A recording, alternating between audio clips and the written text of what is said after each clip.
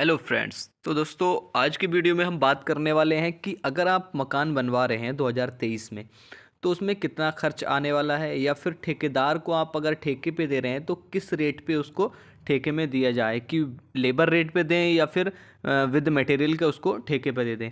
और ठेकेदार से ठेका देने के वक्त किन बातों का ध्यान रखना चाहिए। तो मैं आपको बता दूं कि एग्रीमेंट आप ज़रूर कराएं, और एग्रीमेंट में हर एक चीज़ जो भी आप करवाएं उससे वो ज़रूर लिखवा लें, यानी कि किसी जानने वाले बंदे के साथ जो जानकारी रखता हो उसके सामने अपना एग्रीमेंट करवाएं, उसके बाद ही काम कराएं। अगर हम बात करें कि भाई हमारा जो कवर्ड एरिया है, यानी कि बिल्डअप एरिया कहें या फिर कवर्ड एरिया कहें, यानी कि जिस एरिया में हम अपना घर बना रहे हैं, या मानकर चलें कि कितने एरिया में हम अपना स्लैब की ढलाई कराएंगे। जैसे कि हमारे पास मान लीजिए 25 बाई 40 का कोई प्लॉट है। अब उस प्लॉट में हमको जो है पूरे पे स्लैब ढलानी है, कि हमारा जो डिज़ाइन बन के या प्लान हमने जो बनवाया है, नक्शा जो हमने बनवाया उसके हिसाब से हमें पूरे पूरे के पूरे पे स्लैब ढलानी है। अब स्लैब ढलानी है तो जो हमारा ठेकेदार होगा जिसे हम ठेका देंगे वो क्या करेगा, या तो आपका कवर्ड एरिया जितना आप घेर रहे हैं उतने स्क्वायर फीट के हिसाब से अपना एरिया निकालेगा। अब आप कवर्ड एरिया, जैसे मान लीजिए अपना प्लॉट है 25 बाई 40 का, तो क्या करेंगे, इसका कवर्ड एरिया निकालने के लिए 1000 स्क्वायर फीट, यानी कि 25 से 40 की मल्टीप्लाई कर देंगे, हमारा आ जाएगा 1000 स्क्वायर फीट। ठीक है। बिल्डअप एरिया कहें या फिर कवर्ड एरिया कहें, दोनों एक ही, ठेकेदार के नज़र में दोनों एक ही चीज़ होती है, कि जितने में हम अपना मकान बना रहे हैं उसे बिल्डअप एरिया कहेंगे, और जितने में छत ढाल रहे हैं उसको कहेंगे कवर्ड एरिया। तो ज़्यादातर क्या कहते हैं ठेकेदार, क्या करते हैं, कवर्ड एरिया के हिसाब से अपना पैसा लेते हैं, कि उन्होंने स्लैब जो ढाला है 1000 स्क्वायर फीट का स्लैब ढाला है, तो वो 1000 स्क्वायर फीट के हिसाब से ही रेट लेंगे। अगर हम बात करें कि रेट के बारे में अगर बात करें तो रेट ठेकेदार का क्या रहता है, जैसे कि मैं आपको बता दूं कि हम लोग क्या करते हैं, जितने भी आप कभी भी इंजीनियर से मिलेंगे या फिर आर्किटेक्ट वगैरह से मिलेंगे, तो अपने हाउस 3 टाइप में बांटे जाते हैं। हाउस के जो टाइप होते हैं वो 3 टाइप होते हैं। कैसे? एक क्लास हाउस होता है। एक क्लास हाउस जो होता है उसमें टोटली जितना भी वर्क होता है वो सब हैवी रेट या फिर बहुत ही ज़्यादा फिनिशिंग और ब्रांडेड, मतलब जो माल लगता है उसका जो मटेरियल होता है, या फिर कुछ भी अगर टाइल्स पत्थर कुछ भी अगर हम यूज कर रहे हैं तो वो ब्रांड का होता है, यानी कि कोई ना कोई उसका जो है कंपनी का होता है। और उसमें लागत जो होती है वो बहुत ज़्यादा रहती है। समझ रहे हैं? लागत जो होती है वो बहुत ज़्यादा रहती है, तो वो ए क्लास आता है, यानी कि कोई भी कोठी वगैरह बिल्डिंग वगैरह बना रहे हैं, या फिर कुछ लोग बंगलो वगैरह बनाते हैं, तो उस टाइप में ये ए क्लास के हाउस आते हैं। ठीक है। बी क्लास में क्या आता है? बी क्लास में नॉर्मल हाउस आते हैं। नॉर्मल हाउस कैसे, कि अगर आप कॉलम और बीम का इस्तेमाल कर रहे हैं घर में, तो वो हमारा आ जाता है बी क्लास, यानी कि स्ट्रक्चर अगर आप डिजाइन करा रहे हैं तो आपका आएगा बी क्लास। ठीक है। और अगर हम बात करें सी क्लास की, तो सी क्लास के जो मकान होते हैं वो सिर्फ ईंट पर, यानी कि सिर्फ दीवारों पर रुके होते हैं, यानी कि जो हमारा स्लैब होगा वो दीवारों पर रुकेगा, उसमें हम बीम या कॉलम बिल्कुल भी नहीं लगाएंगे। ठीक है। हमारा जो फाउंडेशन होगा उसका भी ईंट का इस्तेमाल करेंगे, प्लिंथ बीम नहीं लगाएंगे, और बीम का इस्तेमाल भी नहीं करेंगे, और कॉलम का इस्तेमाल भी नहीं करेंगे, तो आएगा सी क्लास। अगर हम इसके रेट की बात करें तो रेट हमारा क्या रहता है, विदाउट मटेरियल, यानी कि बिना मटेरियल के अगर हम रेट की बात करें तो एक क्लास का घर अगर आप बनवा रहे हैं तो उसमें आपको 350 से 500 रुपये पर स्क्वायर फीट आपको रेट देना पड़ेगा, यानी कि इतना चार्ज आप पर लगेगा, ठेकेदार लगाएगा। ए क्लास हाउस में 350 से 500 स्क्वायर फीट। और अगर बी क्लास में बात करें तो 200 से 250 रुपये पर स्क्वायर फीट। अगर आप 2023 में मकान बनवाने की सोच रहे हैं तो आपको इतना रेट देना ही पड़ेगा। बी क्लास हाउस में 200 से 250 स्क्वायर फीट पर स्क्वायर फीट, यानी कि अगर 1000 स्क्वायर फीट है तो 1000 की इसमें मल्टीप्लाई कर दीजिए, आपका उतने का एरिया निकल आएगा, कि इतना रुपया आपका लेबर का लगेगा। ये लेबर चार्ज मान के चलिए, विदाउट मटेरियल, यानी कि मटेरियल टोटली आपका रहेगा, उसके जो जो अपना औजार वगैरह यूज करेगा उसके वो होंगे, बाकी लेबर उसकी होगी, बाकी आपका जितना भी मटेरियल लगे वो आपका ही लगेगा। ठीक है। सरिया सीमेंट या बजरी कुछ भी हो गया वो सब आपका होगा। सी क्लास की बात करें तो सी क्लास में 150 से लगभग 175 रुपये पर स्क्वायर फीट इस वक्त 2023 में अगर आप घर बनवा रहे हैं तो आपको इतना चार्ज जो है देना पड़ सकता है। 150 से 175, क्योंकि इसमें कॉलम या बीम नहीं होते हैं। अब कॉलम और बीम नहीं होते तो जाहिर सी बात है इसमें जो है मेहनत ज़्यादा नहीं करनी पड़ेगी, टाइम भी ज़्यादा नहीं लगेगा, ब्रिक की चिनाई करनी है तो वो है जो फटाफट वो उसकी चिनाई करके काम उसका ख़त्म कर देते हैं। ठीक है। अगर हम बात करें विद मटेरियल के, कि अगर हमें मटेरियल के साथ ठेका देना है तो हमें क्या करना पड़ेगा, तो मैं आपको बता दूं, एक क्लास हाउस अगर आप बनवा रहे हैं तो उसका 1500 से 1800 रुपये पर स्क्वायर फीट आपको चार्ज करना पड़ेगा। यानी कि अगर आप 1000 स्क्वायर फीट का घर बना रहे हैं तो फिर आपके 15 लाख से 18 लाख रुपए 1000 स्क्वायर फीट के एक क्लास हाउस में लगेंगे। अब एक क्लास हाउस मैं आपको बता ही चुका हूँ, किचन से लेकर टॉयलेट बाथरूम, आपका जो भी कुछ है वो एकदम A1 होगा कि आप जाएं और उसमें रहें जाकर। और इतना उसमें क्वालिटी होगी कि आपको उसमें कुछ काम करवाने की ज़रूरत नहीं है। अगर आप बी क्लास या सी क्लास का मकान बनवा रहे हैं तो उसमें आपको पैसा लगाना ही पड़ेगा, आपको काम वहाँ रहने के बाद में उसमें कुछ ना कुछ कराना पड़ेगा, ठीक है। बी क्लास की अगर बात करें तो बी क्लास हमारा 1150 से 1400 रुपये पर स्क्वायर फीट जो है आपको इसमें चार्ज देना पड़ेगा।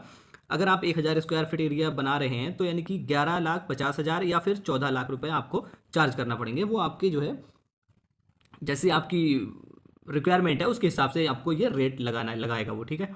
अगर बात करें सी क्लास हाउस की तो सी क्लास में आपको 850 से 1100 रुपये पर स्क्वायर फीट लगेगा। यानी कि अगर आप 1000 स्क्वायर फीट का मकान बना रहे हैं तो आपको 8,50,000 से 11 लाख रुपए तक लग सकता है।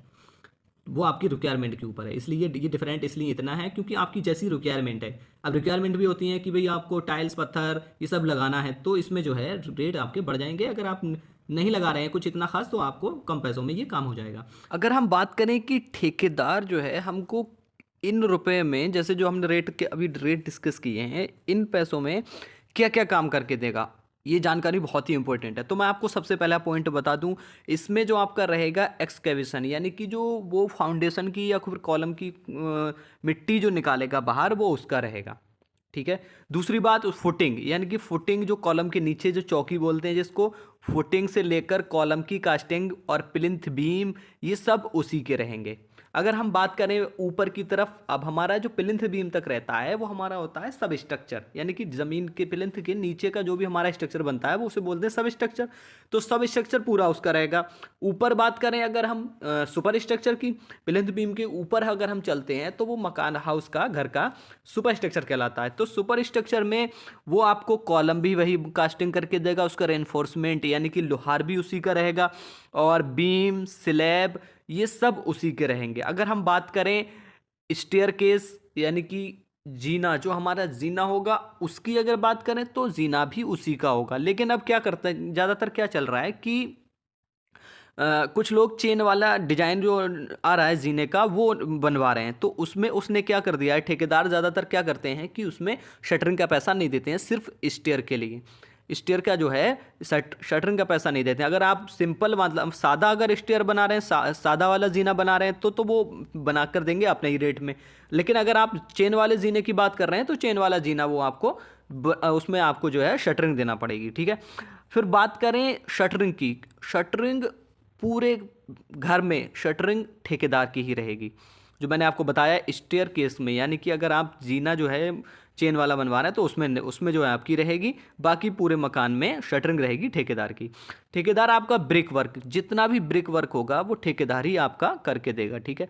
दूसरी बात आपका प्लास्टर, प्लास्टर आपका कितना भी हो वो आपको ठेकेदार ही करके देगा, ठीक है। तीसरी बार जो है हमारा सीलिंग का प्लास्टर, जैसे अगर आपको हल्का फुल्का डिजाइन निकलवाना है सीलिंग में, जो छत की प्लास्टर बोलते हैं उसके लिए, तो उसमें जो है आपको वो ठेकेदार ही करके देगा, ठीक है।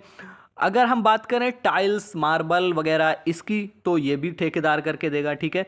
और सिंपल एलिवेशन, अगर आपने हल्का फुल्का कुछ एलिवेशन का बनवाया है तब आपको जो है ठेकेदार ही एलिवेशन में आपको एलिवेशन जो है हल्का फुल्का एलिवेशन बनाकर दे देगा। इसमें कोई ज़्यादा कुछ टाइम लगता नहीं है खास। अगर आप हैवी डिज़ाइन की बात करेंगे, हैवी एलिवेशन की बात करें तो उसमें जो है वो डिस्टर्ब होगा, वो नहीं करके देगा, ठीक है।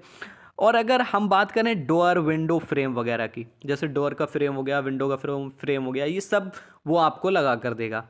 लेकिन एक बात आप हमेशा याद रखें, अगर आप एग्रीमेंट कर रहे हैं तो एग्रीमेंट पे ये सारी चीज़ें मेंशन करा लें। एग्रीमेंट करवाने से पहले किसी ऐसे बंदे से मुलाकात कर लें जो अच्छे से जानता हो सब कुछ, और उसके सामने जैसे अपना एग्रीमेंट साइन कराएं, ताकि ये सारे के सारे काम आप उस पर लिखवा सकें। क्योंकि जितने आप एग्रीमेंट पे काम लिखवाएंगे वही काम वो ठेकेदार करके देगा, अन्यथा अगर आप भूल जाते हैं तो वो काम आपका करके नहीं देगा। यानी कि जिसने भी आपने मेंशन किया है उतने ही वो काम करेगा। अच्छा, कुछ लोग करते हैं कि पैरापिट वॉल जो होती है, अपने जो बाउंड्री वॉल होती है ऊपर छत पे जो पैरापिट वॉल लगाते हैं 3 फीट 4 फीट 5 फीट, तो वो भी करके देगा। इस तरीके की जो वॉल लगती है तो वो भी करके देगा। तो वो उसका ख्याल रखें आप, उससे नोट डाउन ज़रूर करा दें, ठीक है। और अगर हम बात करें कि वो करके क्या नहीं देगा, तो वो करके नहीं देगा, जैसे कि आपका अगर नक्शा है तो नक्शा आपको अपने पैसों से ही बनवाना पड़ेगा। कोई भी प्लान या एलिवेशन आप बनवा रहे हैं तो वो आपको अपने पैसे से ही बनवा कर उसको देना पड़ेगा, ठीक है। अच्छा, कुछ ऐसा होता है कि आपने उसने जो है अब प्लिंथ बीम डाल दिया। प्लिंथ बीम डालने के बाद में उसमें जो मिट्टी डाली जाएगी, मिट्टी की फिलिंग होगी, वो आपको खुद करना पड़ेगी, ठीक है। खुद करवाना पड़ेगी, उसका रेट आपको अलग, पैसा अलग देना पड़ेगा। अच्छा, प्लम्बिंग। प्लम्बिंग क्या होता है कि जैसे अगर कोई भी मकान हुआ, कोई भी घर हुआ, अगर आप उसमें प्लम्बिंग करा रहे हैं तो प्लम्बिंग भी आपको ही कराना पड़ेगी, ठीक है। इलेक्ट्रिकल इलेक्ट्रिकल का जितना काम होगा वो भी आपको ही कराना पड़ेगा। अच्छा, उसमें कुछ ठेकेदार ऐसा भी करते हैं कि रेलिंग के लिए वो डिस्टर्ब करते हैं कि भी रेलिंग हम नहीं लगाएंगे। तो रेलिंग अगर आप उसमें नोट डाउन करा देते हैं एग्रीमेंट में तो आप रेलिंग उससे लगवा सकते हैं, कोई बड़ी बात नहीं है। बाकी अगर वो नहीं लगाता तो फिर आपको रेलिंग लगानी पड़ेगी। पेंट या पॉलिश की बात करें तो वो आपको ही करवाना पड़ेगा, ठीक है। फर्नीचर, अगर आप फर्नीचर से कुछ डिज़ाइन बनवा रहे हैं, जैसे वार्डरोब वगैरह बनवा रहे हैं, तो उसमें जो है आपको ही फर्नीचर आपको ही बनवाना पड़ेगा। मॉड्यूलर किचन की बात करें तो वो मॉड्यूलर किचन आपको बनाकर नहीं देगा, वो उसमें आपको खुद ही बनवाना पड़ेगा। सेप्टिक टैंक, मैं आपको बता दूं कि सेप्टिक टैंक भी वो नहीं बनाता है, उसका चार्ज वो अलग से लगाता है। आप उससे अगर बनवा रहे हैं तो उसका चार्ज वो आपसे अलग लेगा, ठीक है। Overhead tank. ओवरहेड टैंक क्या होता है कि जो पानी वाला टैंक होता है अपना, उसमें क्या करते हैं वो उसका भी जो है चार्ज अलग से लगाते हैं। तो उसको अगर आप नोट डाउन कुछ भी करा देते हैं, अगर आप एग्रीमेंट के टाइम पे सब कुछ नोट डाउन करा देते हैं तो आपको कोई दिक्कत ही नहीं है। थोड़ा बहुत रेट अगर ज़्यादा लेता है तो ले ले, लेकिन एग्रीमेंट पे आप जो है डाउन करा दीजिए। नोट डाउन करा देंगे तो बेहतर रहेंगे। अगर आप पैसा देने की बात करें कि उसको किस हिसाब से पैसा दिया जाए, तो मैं आपको बता दूं कि आप जो है एग्रीमेंट पे 10% पैसा उसको दे दीजिए। कॉलम, जब कॉलम खड़े कर दे, यानी कि कॉलम, सरिया वाले कॉलम जो रेनफोर्समेंट कर दे, सरिया वाले कॉलम खड़े कर दे, तब उसको आप 10% दे दीजिए। इसी तरीके से प्लिंथ बीम हो जाए तो 10% दे दीजिए। कॉलम ऊपर की तरफ कास्टिंग होने लगे तो 10% दे दीजिए। इस तरीके से आप 10% हर स्टेप पे अपना उसको जो है पैसा देते रहिए। ज़्यादा एकदम पूरा पैसा ना दें वरना आप फंस सकते हैं। तो इसलिए इन चीज़ों का थोड़ा सा ध्यान